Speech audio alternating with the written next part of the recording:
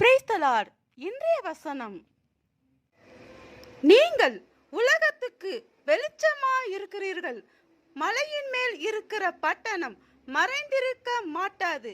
மத்தேயு 5:14.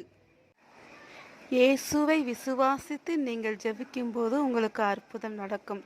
ஸ்தோத்திரம். தேவ பிள்ளைகளே, ஜெபிக்கலாமா?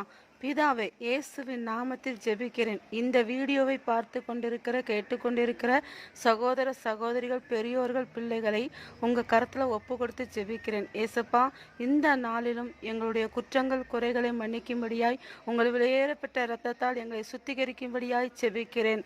இன்று இவர்கள் எதிர்பார்க்கிற காரியத்தில் இவர்களுக்கு அற்புதம் செய்யும்படியாய் ஜெபிக்கிறேன்.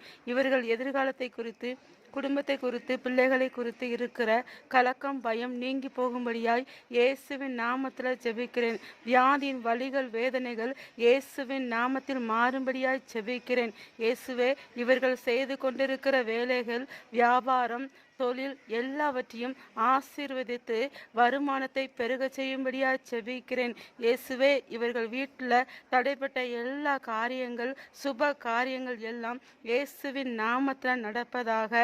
என்னோடு சேர்ந்து ஜெபிக்கிற ஒவ்வொரு பிள்ளைகளுக்கும் அற்புதம் செய்வீராக. கற்பத்தின் கனி இல்லாத தேவ பிள்ளைகளுக்கு நீர் கற்பத்தின் கனியை கொடுத்து அற்புதம் செய்வீராக. இவர்கள் இருதயத்தில் இருக்கிற ஏக்கங்கள், எண்ணங்கள் எல்லாவற்றையும் நிறைவேற்றுவீராக. மலையின் மேல் இருக்கிற பட்டணம் மறைந்திருக்க மாட்டாது என்ற வார்த்தையின்படி இவர்களை இயேசுவின் நாமத்தில் ஆசீர்வதிக்கும்படியாய் ஜெபிக்கிறேன். தேவ பிள்ளைகளே, இயேசு என்ற கன்மலை மேல் இருக்கிற பட்டணத்தை யாரும் அசைக்க முடியாது, அதை அழிக்க முடியாது. தேவ பிள்ளைகளே, நீங்கள் மலை மேல் இருக்கிற பட்டணமாய் இருக்கிறீர்கள். தேவன் உங்களை உலகத்திற்கு வெளிச்சமாய் மாற்றுவார். இயேசுவின் நாமத்தில் ஜெபிக்கிறேன் நல்ல பிதாவே. ஆமென், ஆமென். God bless you.